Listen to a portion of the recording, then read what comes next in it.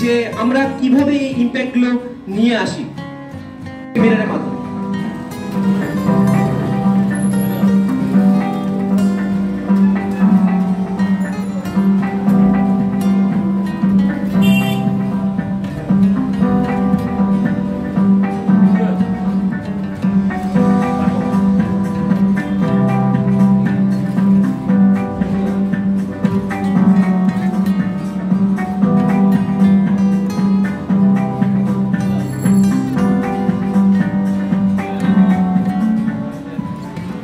তো এরকম ছোট ছোট হেলথ ক্যাম্প বা সেমিনারের মাধ্যমে আমরা আসি। তো আর দেরি করবো না, আজকের অনুষ্ঠান সূচিটা আমরা প্রথমে একটু দেখে নেব। প্রথম হচ্ছে আপনাদেরকে পুষ্টিবিদ সুস্মিতা মণ্ডলের সাথে রোগের বিপরীতে যাওয়ার জন্য স্বাস্থ্য সচেতনতা, আপনাকে সেই বিষয়ে কথা বলা হবে এবং সঙ্গে আপনি আনন্দময় জীবন কিভাবে কাটাবেন। কারণ হচ্ছে অর্থ আপনার দেখবেন আজকের দিনে আপনি যে টাকা উপার্জন করছেন তার 50% 60% আপনার স্বাস্থ্যের জন্য চলে যাচ্ছে। ওষুধের খরচা, আপনার হসপিটাল খরচা, নার্সিংহোম খরচা, এই টেস্ট ওই টেস্ট। আপনার দেখবেন পরিবারে যদি 4 জন মেম্বার থাকেন দেখবেন প্রত্যেকেরই কম বেশি কিছু একটা স্বাস্থ্যের রোগের একটা ব্যাপার আছে। তো সেই ক্ষেত্রে আপনার উপার্জন 100 টাকা রোজগার করলে 50 টাকা, আমাদের সার্ভেতে দেখা গেছে 50 টাকা থেকে 60 টাকা পর্যন্ত রোজগারের টাকা আপনাদের এই হেলথের স্বাস্থ্যের পেছনে চলে যায়।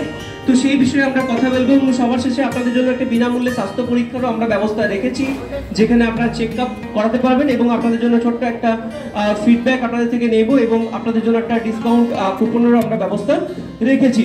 সো আর দেরি করবো না, এরপরে আমরা সরাসরি আমরা চলে যাব আপনাদের হচ্ছে আমাদের ডায়েটিশিয়ানের কাছে, যেখানে আমরা সরাসরি প্রশ্ন আমরা কিছু করবো, কিছু প্রশ্ন আপনাদের থেকেও নেব। যদি কারো মাথায় এরকম কিছু প্রশ্ন থাকে, হয়তো ডাক্তারবাবুর কাছে সময় যাওয়ার সময় বাড়িতে ভেবে গেলেন যেটা জিজ্ঞাসা করবো, বাট ওখানে গিয়ে আর মনে থাকে না, ভুলে যায়, মনে থাকে না, আবার টাইমও অত পাওয়া যায় না, জাস্ট 5 মিনিট ডাক্তারবাবু দেখে নেক্সট পেশেন্ট। তো সেই জায়গা থেকে আজকে আপনাদের কাছে যদি কিছু এরকম প্রশ্ন থাকে আপনারা অবশ্যই করবেন। তো সেই ক্ষেত্রে আমরা চেষ্টা করব যতটুকু আমরা এখান থেকে আপনাদেরকে প্রোভাইড করার জন্য। তো আর দেরি নয়, প্রথমেই আমি একটা ছোট্ট প্রশ্নে আসবো, যেখানে সুগার বা প্রেশারের কতজন পেশেন্ট আছেন? সুগার পেশেন্ট অনেকেই আছে। তো সুগার আর প্রেশারের জন্য আপনি স্পেসিফাই খাদ্য যে তালিকাটা হয় সেক্ষেত্রে একটু যদি সবাইকে এই বিষয়ে একটু বলেন।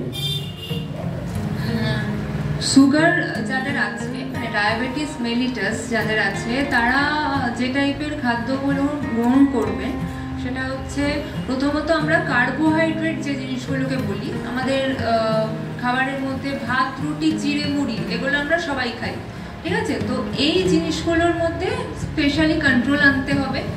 আর কোনোভাবেই মানে কেউ যদি বলে থাকে যে চিনি না খেয়ে গুড় খাওয়া যাবে, তো এই কথাটা খুব ভুল।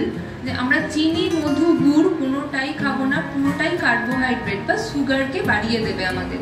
তো ফার্স্ট অফ অল আমাদের যেটা করতে হবে, সুগার যাদের আছে বা খুব হাই সুগার বা আমরা প্রি ডায়াবেটিক স্টেজের মধ্যে দিয়ে যাচ্ছি, প্রত্যেকেরই দেখতে হবে যে কার্বোহাইড্রেট পোর্শন যেন কম থাকে, প্রোটিনের পরিমাণ বাড়িয়ে দিতে হবে। তার জন্য আমি কার্বোহাইড্রেট যদি কমাই, আমি যদি ভাতের পরিমাণ 1 কাপ করে দিই, তাহলে আমার তার সাথে পেট ভরার মতো আরো কিছু রাখতে হবে। তো সেখানে আমি কি রাখবো, খাবারটা মানে থালাটা পুরোপুরি ভরাবো আমি সবজি, মাছ, ডিম, মাংস এই জিনিসগুলো দিয়ে।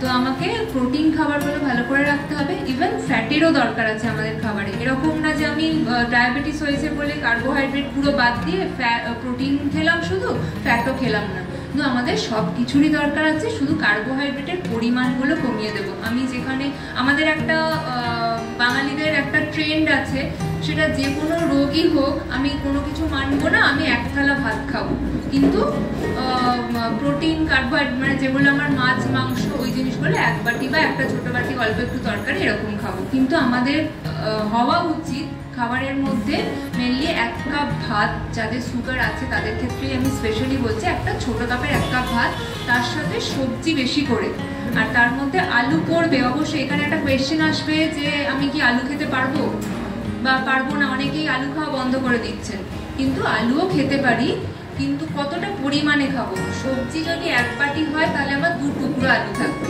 এটা আমার কনসেপ্ট হবে, ঠিক আছে? আর তার সাথে মাছ, মাংস যে জিনিসগুলো সেই প্রোটিন খাবারগুলো আমি বাড়িয়ে দেবো। আর ফ্যাট পোর্শন যেগুলো আমি খুব অয়েলি খাবার বা স্পাইসি খাবার খাবো না। এটা আমার মূল উদ্দেশ্য হবে। তো কতজন আছেন যারা নিরামিষ খান, মানে মাছ মাংস ডিম খানই না? আপনি খান না। আর কেউ আছেন যারা মানে মাছ মাংস ডিম খান না? এরকম কেউ নেই, আপনি আছেন। তো ওনার জন্য একটা থাকবে যে প্রোটিনের তাহলে ঘাটতি খাবেন।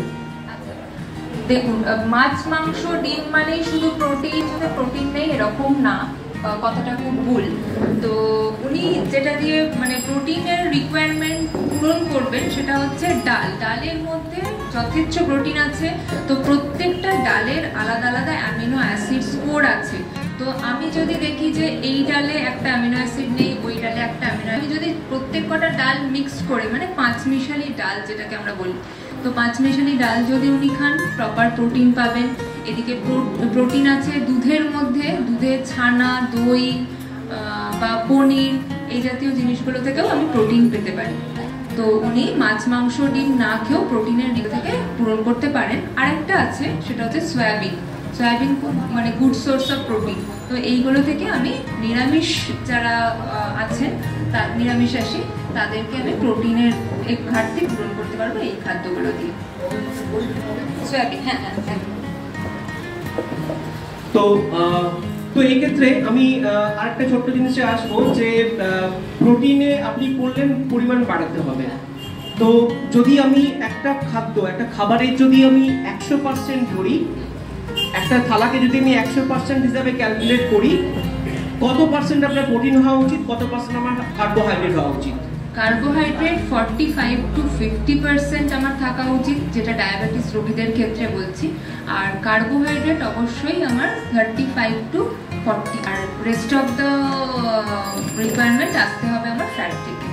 ঠিক আছে, বুঝতে পেরেছেন? মানে কি আপনার হয় তাহলে সেখানে 100 যদি আমি ওটাকে ধরি, তো সেই ক্ষেত্রে আপনার হচ্ছে প্রায় 35 থেকে 40 হচ্ছে আপনার কার্বোহাইড্রেটের পরিমাণটা বললেন, আর 55 থেকে 60 হচ্ছে আপনার প্রোটিনের পরিমাণ। ডাক্তার প্রোটিনের মধ্যে উনি অনেকগুলো উদাহরণ দিলেন, পনির হতে পারে, মাছ হতে পারে, মাংস হতে পারে, ডিম হতে পারে, ডাল হতে পারে, যেটা যেরকম যার ভালো লাগবে সেই হিসাবে আপনারা ওটাকে গুছিয়ে নিতে পারেন। পেট ভরানো মানেই কিন্তু পুরোটা ভাত খেলে হবে না, ভাতটা হচ্ছে কার্বোহাইড্রেট।